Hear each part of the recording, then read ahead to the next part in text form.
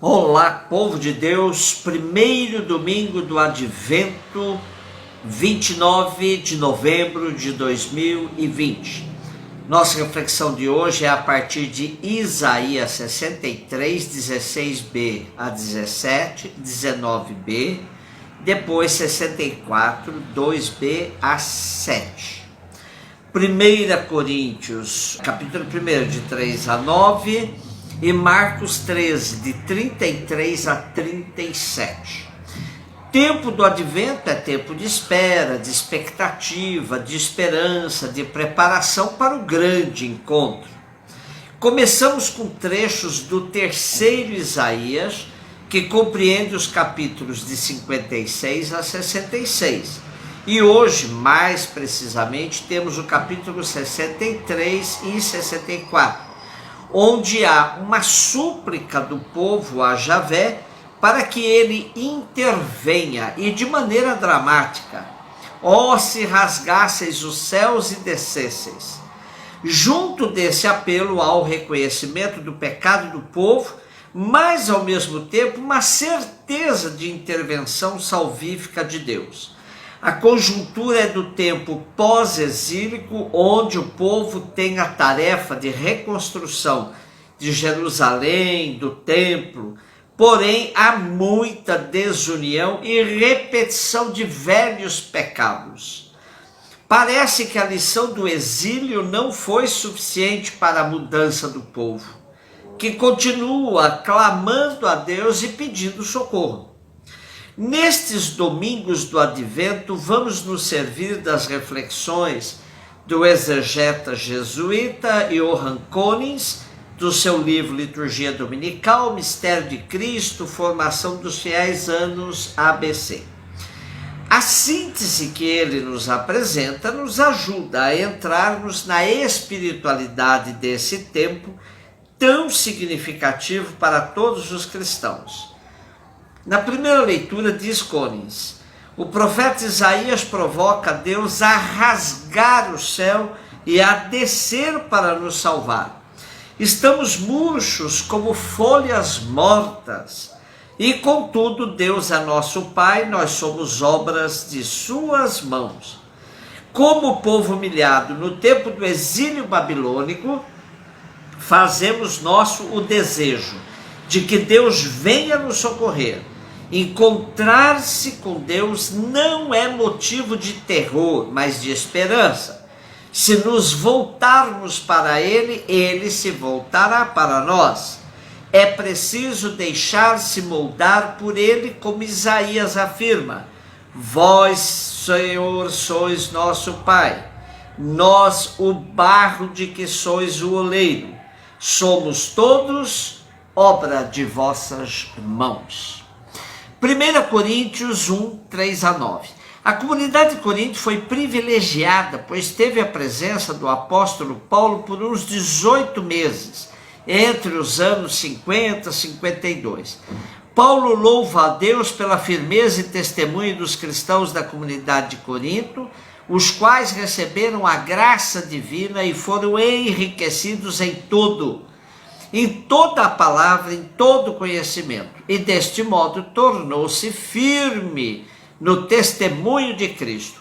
Paulo ainda afirma: já não vos falta nenhum dom da graça, a vós que esperais a manifestação de nosso Senhor Jesus Cristo.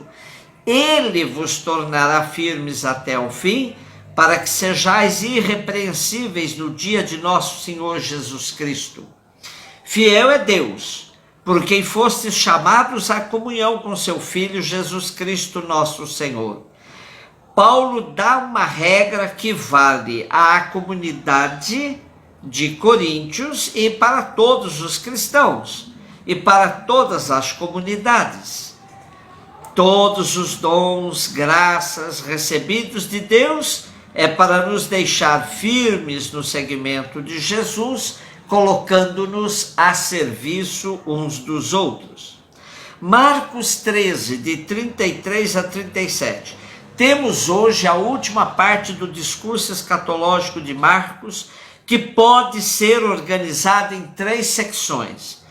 antecedidas de uma introdução.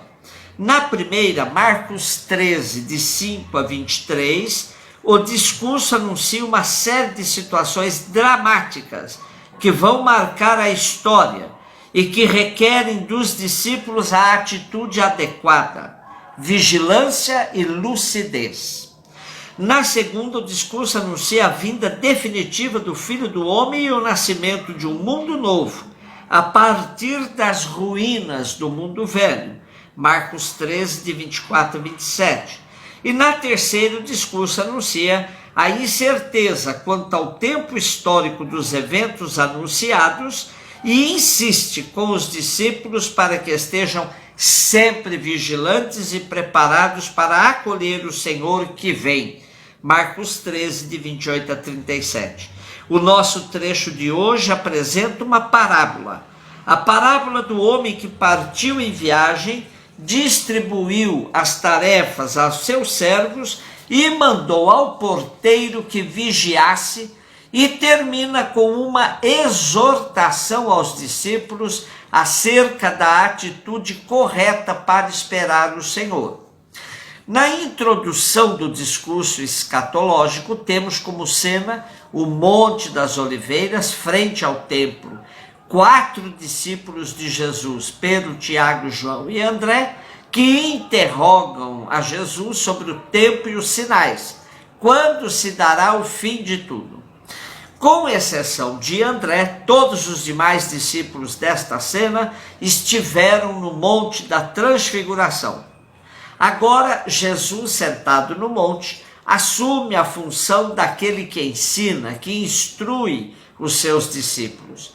A parábola contada por Jesus teria como objetivo recordar-lhes o dever de guardar e fazer frutificar os tesouros do reino, que Jesus lhes confiou antes de partir para o Pai. Fica evidente que o dono da casa da parábola é Jesus.